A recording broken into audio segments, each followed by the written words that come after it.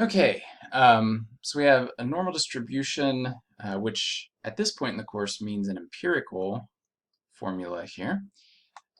Later in the course, we'll get into making calculations with anywhere we want on the normal distribution, but right now we're limited to the empirical rule, which gives us that 68% of the data is within one standard deviation of the mean of that average.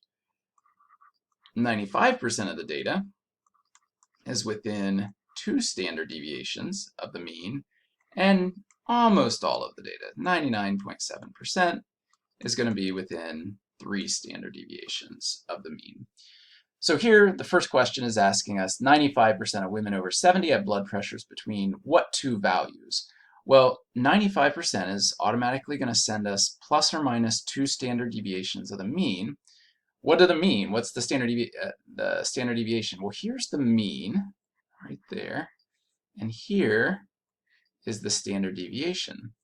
So we're looking for two standard deviations, which would be 2 times 8, or 16.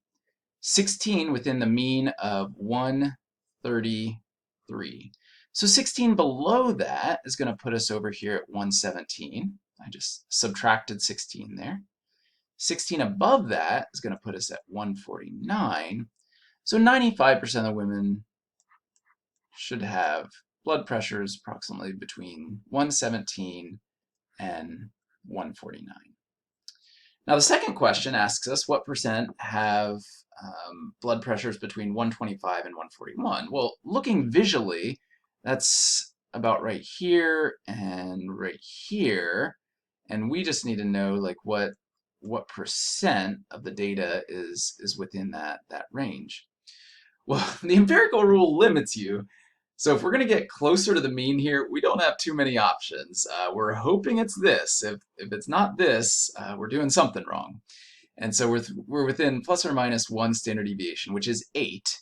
So now, instead of subtracting 16, I'm only subtracting 8, only a single standard deviation. So I'm going to subtract 8 from that and go down to 125. I'm going to add 8 to 133 and go up to 141.